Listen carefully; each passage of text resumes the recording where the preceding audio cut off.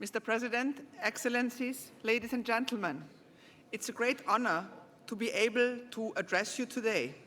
And it's good for me, who leads the EPP and like-minded group in the OSCE Parliamentary Assembly, to speak in front of this big EPP family, united by common values and aims. We are living in times of great challenges and turbulences, economically and politically, right at our borders.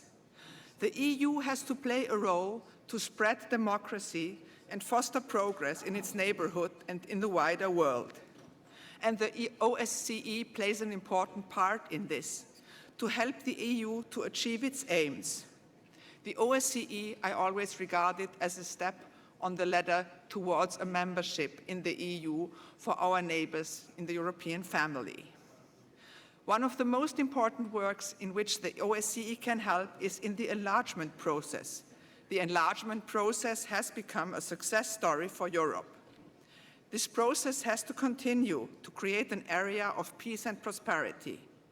According to Article 49 in the Treaty of Lisbon, all European countries can join the EU when they fulfill the criteria, and this is a great incentive for countries to continue their reform process, and it shows that Europe really has a soft power.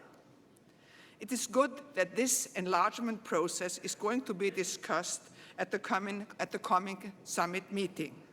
The OSCE can help to get the countries ready to join. The new European neighborhood policy is also an instrument for creating comprehensive reform agenda in the Union of the Mediterranean, giving an answer to the Arab Spring.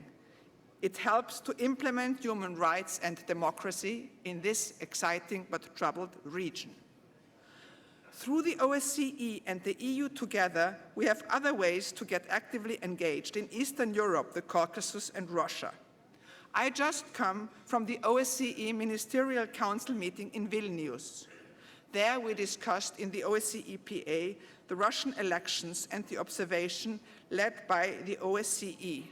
By the way, election observation is, I think, one of the most important activities of our Parliamentary Assembly.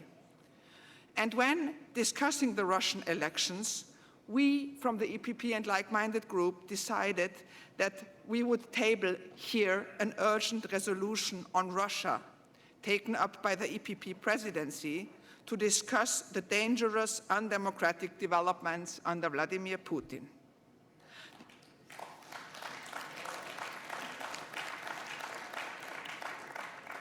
The OSCE understands that it can and has to help the EU to shape its neighborhood in times of turmoil.